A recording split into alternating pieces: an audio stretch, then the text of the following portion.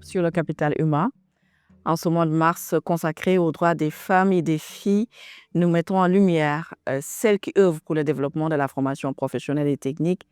Et ainsi, nous avons le plaisir de recevoir Madame Sagna Awanyai. Elle est la directrice du Centre de formation aux métiers portuaires et à la logistique. Et nous la remercions d'ailleurs d'avoir répondu présente à cette invitation. Madame Sagna, merci d'avoir accepté de venir sur notre plateau et expliquer l'essentiel de la formation professionnelle et technique. C'est moi qui vous remercie. D'accord. Alors, vous êtes l'une des femmes pionnières de la formation professionnelle et technique. Et de chimiste, vous êtes passée à directrice du centre de CFMPL, directrice du centre de formation aux métiers portuaires et logistiques. La transition, comment elle s'est faite?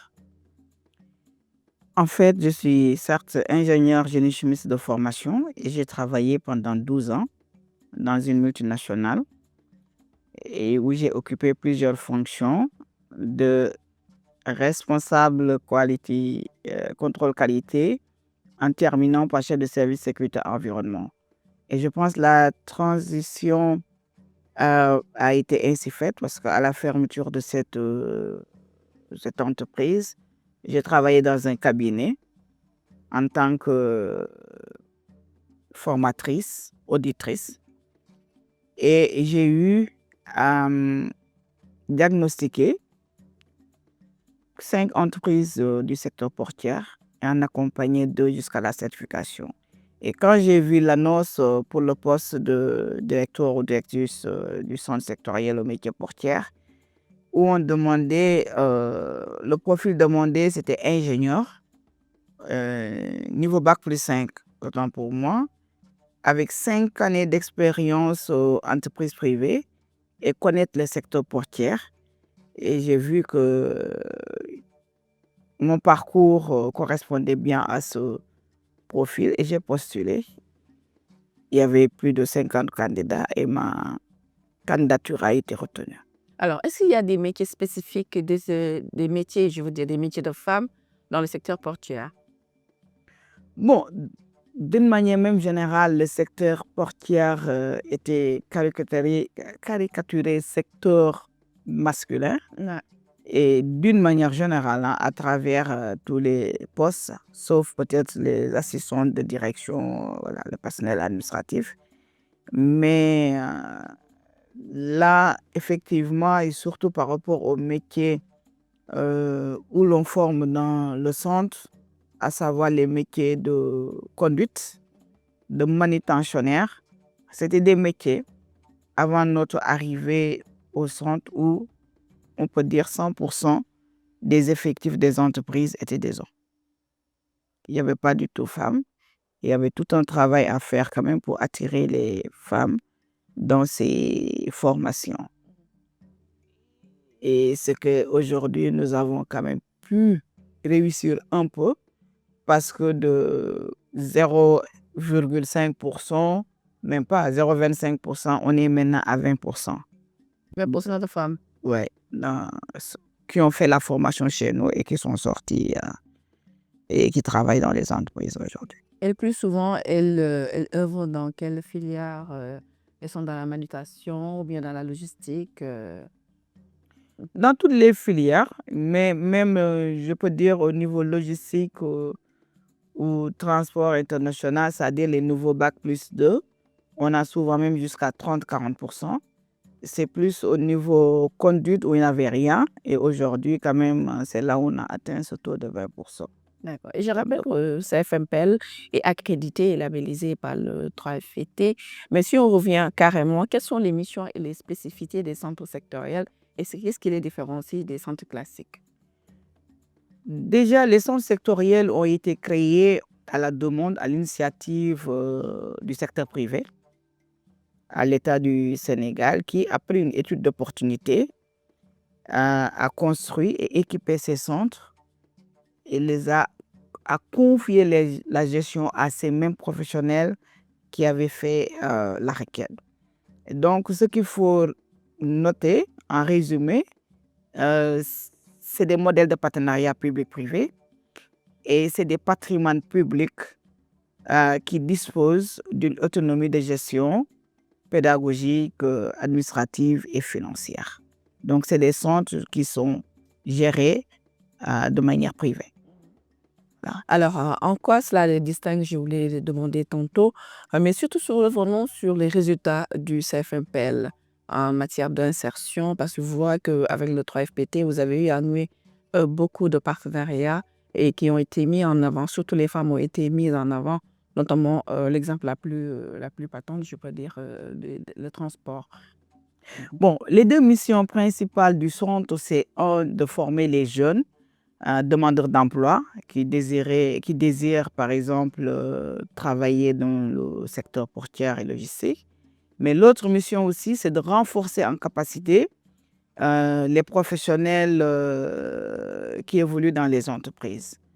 Et aujourd'hui, si on voit la structuration du 3FPT avec ses guichets, nous avons le guichet individuel qui intéresse les jeunes, mais aussi nous avons le guichet des entreprises et organisations professionnelles qui accompagnent aussi les entreprises dans le financement du renforcement de capacité de leurs employés. Ce qui fait aujourd'hui que le centre est éligible pratiquement au niveau de tous les guichets du 3FPT, notamment aussi les guichets établissements où le centre a eu à bénéficier quand même de pays, projets d'investissement.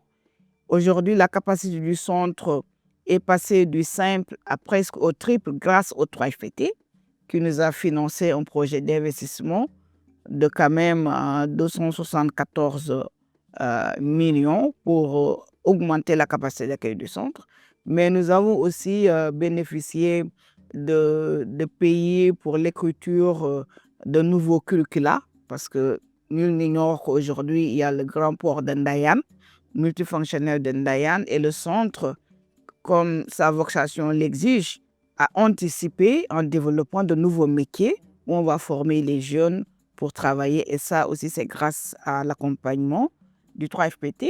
Mais nous avons aussi beaucoup de projets formation insertion financés par le 3FPT, notamment le projet avec Dakar Mobility, où nous avons eu à former 50 filles conductrices de BRT.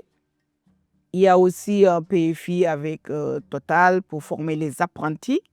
Et nous avons un PFI qui est en cours pour former des chauffeurs, où aussi l'exigence c'est d'avoir 25% de filles et qui vont travailler dans le domaine de la mobilité avec les VTC et avec l'entreprise KNUDEP.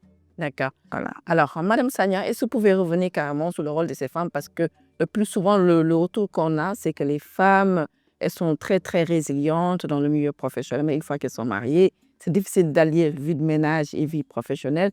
Est-ce que vous avez eu à rencontrer ces cas de figure ou bien des retours des partenaires avec qui vous travaillez ensemble?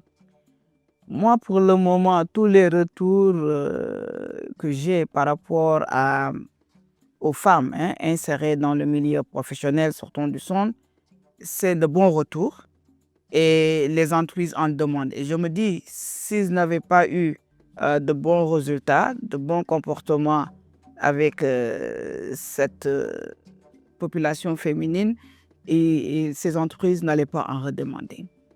Au contraire, moi je me dis, surtout dans les métiers de conduite, on constate, et ça c'est de manière générale, que les femmes sont plus respectueuses des règles et mesures de sécurité et quand on accepte de voir les femmes conduire des véhicules, je me vois mal qu'une femme ne peut pas conduire un bus, un camion et même des engins comme on le voit dans tous les pays du monde. Alors, quel défi doit-on relever pour vraiment une meilleure représentativité des femmes dans le secteur portuaire? Bon, aujourd'hui, on a montré qu'elles ont bien leur place dedans. Donc, moi, le défi et le message que je lance à nos autorités, aussi bien au niveau de la formation professionnelle, c'est d'accorder un certain taux pour l'inscription de ces filles, de ces femmes dans ces métiers, quitte à faire un peu de discrimination positive, mais aussi continuer de convaincre les chefs d'entreprise à recruter les femmes qui ont bien leur place dans ce secteur, d'autant plus qu'il y a beaucoup maintenant de mouvements, Women in Logistique, il y a beaucoup de mouvements qui mettent en exergue aujourd'hui les femmes dans ce secteur. Quel message souhaitez-vous adresser en ce mois de mars qui nous est dédié à l'endroit des femmes et des filles? C'est qu'aujourd'hui, il faut que nous, les femmes, nous acceptons qu'on joue un rôle très important dans ce pays. D'habitude, je veux dire, on intervient de manière trop silencieuse. Les femmes en général, ils font vraiment un travail de back-office, de coulisses. On ne les voit pas souvent au niveau des plateaux et tout, mais ils sont en train de travailler. Elles sont en train de faire un travail excellent. Et moi, c'est les encourager qu'aujourd'hui, on n'est plus femme au foyer. Et pour jouer pleinement notre rôle, il faut qu'on essaie d'acquérir les compétences qui nous permettent aujourd'hui d'intégrer la vie professionnelle et de contribuer pleinement aujourd'hui à cet équilibre sur le plan économique, sur le plan social. Mais surtout les filles, moi je les exhorte de poursuivre leurs études et surtout d'embrasser les filières scientifiques et techniques, parce qu'aujourd'hui, on ne peut pas se limiter à faire juste que de la littérature. Elles ont bien leur place là-dedans. Elles peuvent réussir là-dessus. On voit des femmes ingénieurs, les femmes médecins, biologistes, techniciennes, voilà, maintenant conductrices. Donc, je pense qu'avec ça, elles vont bien jouer leur rôle au niveau de notre pays, parce que quand même, 50% quand même de la population est féminine. Merci, Madame Sagna. Merci à vous. Merci vraiment d'avoir répondu à notre invitation. On se donne rendez-vous, chers internautes. Merci. Je rappelle qu'on a reçu Madame Sagna Awandiaye. Elle est la directrice du centre de formation métiers portuaires et logistique. On se retrouve le mois prochain avec un autre invité. Au revoir.